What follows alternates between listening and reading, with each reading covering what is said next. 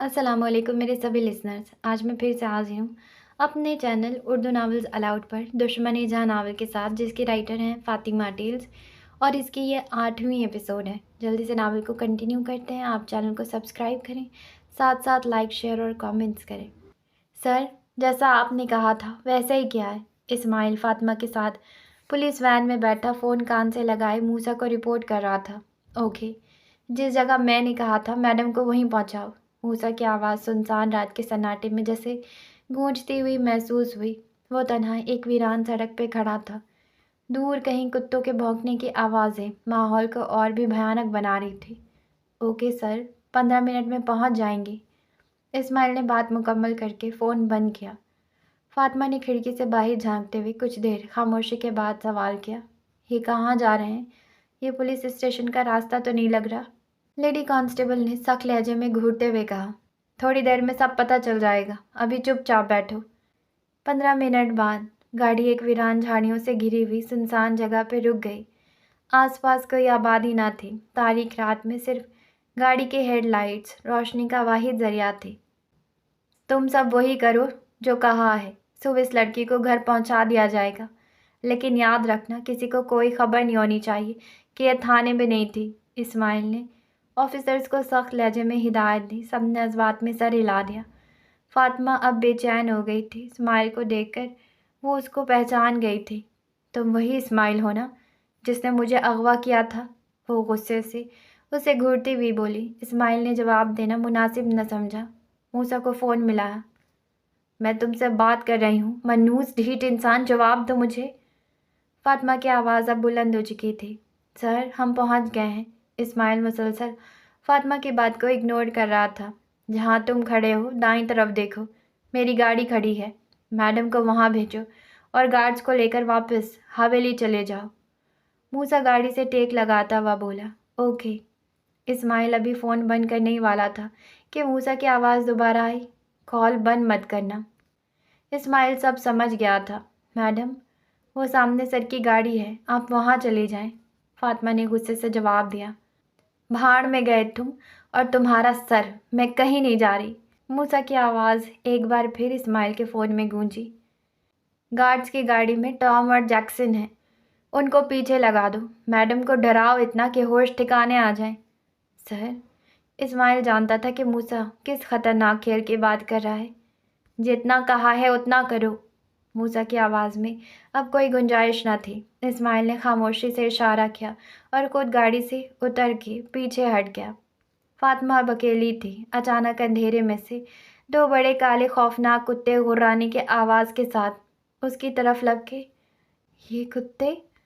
وہ چیختے ہوئے بھاگنے لگی، لیکن بھاری لہنگا اس کے قدموں کی راہ میں بار بار حائل ہو رہا تھا۔ ایک طرف موسیٰ کی گاڑی کی لائٹس جھلملا رہی تھی، دوسری طرف وہ دو خوفناک کتے اس کے پیچھے تھے۔ کوئی ہے، بچاؤ، خدا کے لیے بچاؤ! فاطمہ کے حلق سے نکلی چیخیں اندھیرے میں گھلتی جا رہی تھی۔ گاڑی کے شیشے سے موسیٰ یہ منظر خاموشی سے دیکھ رہا تھا۔ اس کی نظریں ساکت تھیں، جیسے وہ اس کے ہر قدم، ہر چیخ، ہر آنسو کا گواہ ہو۔ موسیٰ، میں جانتی ہوں آپ گاڑی میں ہیں، خدا کا واسطہ ہے روک دیں، یہ کتے مجھے مار ڈالیں گے۔ فاطمہ اب ہچکیوں سے روتی ہوئی بھاگ رہی تھی۔ کتے مسلسل بھونک رہے تھے، کوئی ہے، بچاؤ! وہ مسلسل چیخنے کی وجہ سے گلے میں خراشیں پڑ رہی تھی۔ مسلسل 15 منٹ سے وہ بھاگ رہی تھی اور کتے ہانپتے ہوئے اس کے پیچھے تھے۔ کوئی بچاؤ مجھے، موسیٰ، خدا کا واسطہ ان کو روکو!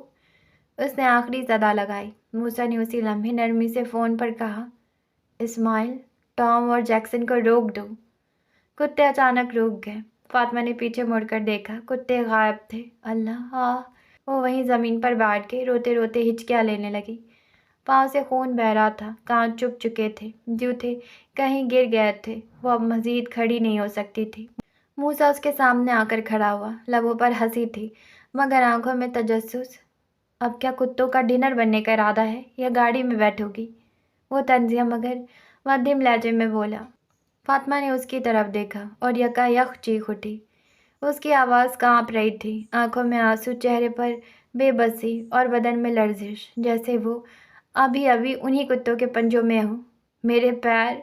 اس کے پاؤں بری طرح زخمی ہو چکے تھے۔ موسیٰ آہستہ سے اس کے سامنے زانوں کے بل بیٹھ گیا۔ میں گود میں نہیں اٹھانے والا تمہیں، خود چل کر گاڑی تک جانا پڑے گا۔ فاطمہ کے ہونٹ لرزنے لگے۔ موسیٰ، وہ کتے، آپ نے نہیں دیکھا کتنے بڑے تھے ان کی آواز، ان کی آنکھیں، وہ میرے بالکل پاس آ گئے تھے۔ وہ بدحواسی میں بولے جا رہی تھی، اس کی سانسیں بے ترتیب تھی، خوف اس کے لہجے میں رچ بس گیا تھا۔ موسیٰ کو اندازہ ہو گیا تھا کہ وہ صدمے کے زیر اثر ہے۔ فاطمہ، وہ چلے گئے ہیں، سانس لو، ریلیکس کرو۔ اس نے نرمی سے اپنا ہاتھ اس کی طرف بڑھایا۔ ہاتھ دو مجھے۔ مگر فاطمہ نے اس کے ہاتھ کو دیکھنے کے بجائے اپنے پیروں کی طرف اشارہ کیا۔ میرے پیر؟ وہ پھر رو دی۔ موسیٰ کی نظر جیسے اس کے پیروں پر پڑی، وہ ٹھٹک گیا۔ خون زمین کو رنگین کر رہا تھا، پیر سوج گئے تھے۔ شش، چپ کرو، میں ہوں نا، میں تمہیں اٹھا لیتا ہوں۔ وہ خود بھی اضطراب میں آ گیا تھا۔ میرے پیر؟ وہ پھر سے سسک پڑی۔ اف خدا، اب برداشت نہیں ہو رہا درد۔ تو پہلے بیٹھ جانا تھا گاڑی میں، اب اٹھا تو رہا ہوں، موسیٰ جھنجھلا کر بولا، اور اگلے ہی لمحے اسے اپنی باہوں میں بھر لیا۔ مگر اس نے ابھی مشکل چند قدم ہی اٹھائے تھے کہ فاطمہ کی گردن ایک طرف ڈھلک گئی۔ فاطمہ، فاطمہ! موسیٰ نے چونک کر اس کے چہرے کی طرف دیکھا۔ آنکھیں بند تھیں، چہرہ زرد اور سانس مدھم۔ توبہ ہے اس لڑکی سے، انسانوں سے ڈرتی نہیں، اور کتوں سے ایسے ڈر رہی تھی جیسے قیامت آ گئی ہو۔ وہ دھیرے سے بڑبڑایا۔ اس کی باہوں کا گھیرا سخت ہو گیا تھا۔ اب وہ بے چینی سے اسے گاڑی کی طرف لیے بڑھ رہا تھا۔ رات گہری ہو چکی تھی، اندھیرا ہر طرف اپنی سیاہی پھیلا چکا تھا۔ پولیس اسٹیشن کی بلڈنگ ایک خاموش قبر کے مانند کھڑی تھی، جہاں صرف ٹیوب لائٹ کی ٹمٹماتی روشنی اور دور سے آنے والی کتے کی بھونک سنائی دیتی تھی۔ ابراہیم صاحب اور فردان تھکے ہارے، دل گرفتہ چہروں کے ساتھ تھانے کے اندر بیٹھے تھے۔ دونوں کے چہروں پر وقت کی مار، آنکھوں میں بے بسی اور امید کی آخری رمق دکھائی دے رہی تھی۔ سر، خدا کا واسطہ ہے، ایک بار، صرف ایک بار میری بیٹی سے ملنے دیں۔ ابراہیم صاحب کی تو آواز ٹوٹتی ہوئی حلق سے جیسے زبردستی نکلی۔ آنکھیں نم تھیں اور چہرہ غصے سے سرخ۔ ڈی ایس پی کرسی پر پیر پسارے جمائی لیتے ہوئے گویا ہوا، بزرگ ہو، سمجھدار بنو، ملاقات صبح ہوگی، اب گھر جاؤ۔ فردان کی آواز بلند ہو گئی۔ وہ کرسی سے جھٹکے سے اٹھا۔ یہ کہاں کا قانون ہے کہ ملاقات صبح ہوگی؟ ہم صرف اس سے ایک بار ملنا چاہتے، صرف ایک نظر ہی تو ڈالنی ہے۔ آفیسر کی تیوری چڑھ گئی، کرسی پر جھک کر سخت آواز میں بولا، بہت بولتا ہے تو، لگتا ہے تجھے بھی کسی کمرے میں بند کرنا پڑے گا۔ فردان، بیٹھو۔ ابراہیم صاحب نے اس کا بازو تھام کر دبایا۔ وہ جھکے، جیسے اپنے وقار کو زمین پر رکھ کر التجا کرنے لگے۔ آفیسر صاحب، آپ کی بیٹی نہیں ہے، اس لیے آپ نہیں جان سکتے۔ بس ایک بار، ایک لمحے کے لیے اسے دیکھنے دیں، اس پر جھوٹا الزام ہے۔ آفیسر نے تن سے ہنکارا بھرا، پھر گھٹیا انداز میں بولا، پہلے اپنی بیٹی کو سنبھالتے، رشوت کھانے کے الزام میں بیٹھی ہے اندر۔ مڈل کلاس لوگ بیٹیوں کو فریڈم دے کر پھر تھانوں کے چکر کاٹتے ہیں۔ یہ جملے ابراہیم کے دل میں کسی خنجر کی طرح پیوست ہو گئے۔ فردان کے چہرے پر غصہ، بے بسی اور آنکھوں میں نمی واضح دکھائی دینے لگی۔ شکیل، آفیسر نے باہر کی طرف دیکھا، ان بزرگ کو باہر تک چھوڑاؤ۔ جی سر، شکیل احترام سے بولا اور آگے بڑھا۔ ابراہیم صاحب نے ایک بار تھانے کی دیوار کو دیکھا، جیسے وہاں سے اپنی بیٹی کی آواز سننے کی آخری کوشش کر رہے ہوں۔ فردان نے قدم گھسیٹتے ہوئے اپنے چاچو کا بازو تھاما۔ دونوں سناٹے میں لپٹے اندھیرے میں گم ہو گئے۔ رات کا اندھیرا جیسے اس فارم ہاؤس پر ٹوٹ کر چھا گیا تھا۔ آسمان پر بادل تھے اور ہر طرف ایک غیر مرئی خوف کا سایہ منڈلا رہا تھا۔ فارم ہاؤس کی لائٹیں بجھی ہوئی تھیں، صحن سنسان تھا اور ہوا میں عجیب سا سکوت چھایا تھا، کوئی خفیہ سازش جیسے فضا میں گردش کر رہی ہو۔ اندر ڈرائنگ روم میں ہلکی سی پیلی روشنی جل رہی تھی۔ موسیٰ نے فاطمہ کو بازوؤں میں اٹھا رکھا تھا، جو ہوش و حواس سے بیگانہ تھی، صوفے پر لٹاتے ہوئے۔ اس کے لہجے میں جھنجھلاہٹ تھی۔ اب ان میڈم کو ہوش کب آئے گا؟ اس نے منہ بناتے ہوئے کہا، جیسے یہ سب ایک جھنجھٹ ہو۔ فاطمہ کا چہرہ تھکن، خوف اور بے ہوشی کی ملی جلی تصویر پیش کر رہا تھا۔ اس کے پیر سوجے ہوئے تھے، خون رس رہا تھا، جیسے وہ زمین پر چلتی نہیں، گھسیٹتی آئی ہو۔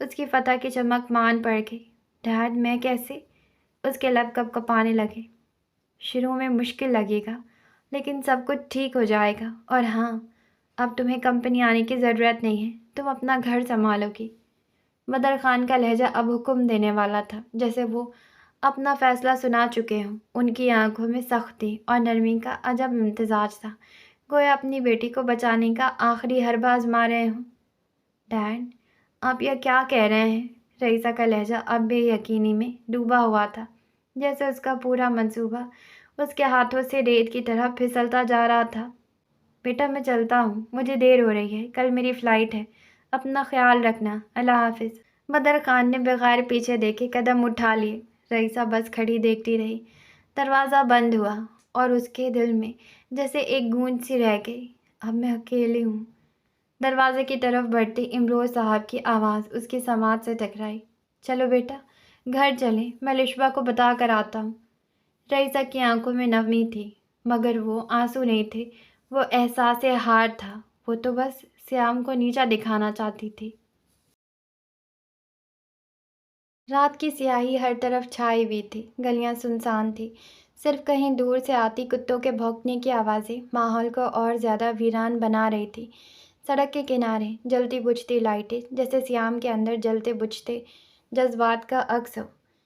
سیام کب سے بغیر منزل کے چل رہا تھا، اس کے قدم بے مقصد، آنکھیں خالی اور دل بوجھل تھا۔ وہ نہیں جانتا تھا وہ کہاں جا رہا ہے، کیونکہ اس کی اصل منزل تو فاطمہ تھی، وہی فاطمہ جس سے اس نے سچی محبت کی تھی، جس کے لیے اس نے سب کچھ قربان کرنے کا سوچا تھا۔ پھر کیوں ایسا؟ ایک ٹھنڈی آہ بھر کر وہ فٹ پاتھ کے کنارے بیٹھ گیا۔ ماتھے پر پسینے کی بوندیں جم چکی تھی اور آنکھوں میں جلتی ہوئی سرخی بڑھتی جا رہی تھی۔ میں نے کیا کیا تھا اللہ؟ صرف محبت کی تھی نا، صرف فاطمہ کو چاہا تھا۔ وہ خود سے مخاطب تھا، جیسے جواب خدا کی زمین سے یا اپنے ضمیر سے مانگ رہا ہوں۔ رئیسہ میں اس کو ڈیزرو نہیں کرتا، نہ اس جیسی لڑکی کو، نہ اس کے جھوٹ کو۔ اس نے میرے ساتھ یہ سب کیوں کیا؟ سیام کی آواز میں اب دکھ کے ساتھ نفرت بھی شامل ہو چکی تھی۔ اس کی مٹھیاں بھیج گئی تھیں، چہرے پر تناؤ بڑھنے لگا تھا۔ جس لڑکی کے غیر مردوں سے تعلقات ہو، وہ میری بیوی کیسے بن سکتی ہے؟ سیام کی آنکھوں میں حقارت اتر آئی تھی، جیسے وہ رئیسہ کا وجود برداشت نہ کر پا رہا ہو۔ وہ چند لمحے خاموش رہا، پھر آسمان کی طرف دیکھ کر آنکھیں بند کر لی۔ اس کے ہونٹ کپ کپا رہے تھے لیکن لہجہ سرد ہو چکا تھا۔ تم نے اپنی انا بچانے کے لیے مجھے قربان کر دیا رئیسہ، اب تم دیکھنا میں تمہارے ساتھ کیا کرتا ہوں۔ ٹھنڈی ہوا اس کے گرد گھومنے لگی۔ رات کی تاریکی مزید گہری ہو رہی تھی، لیکن سیام کے دل میں جو طوفان اٹھ چکا تھا وہ رات سے کہیں زیادہ سیاہ تھا۔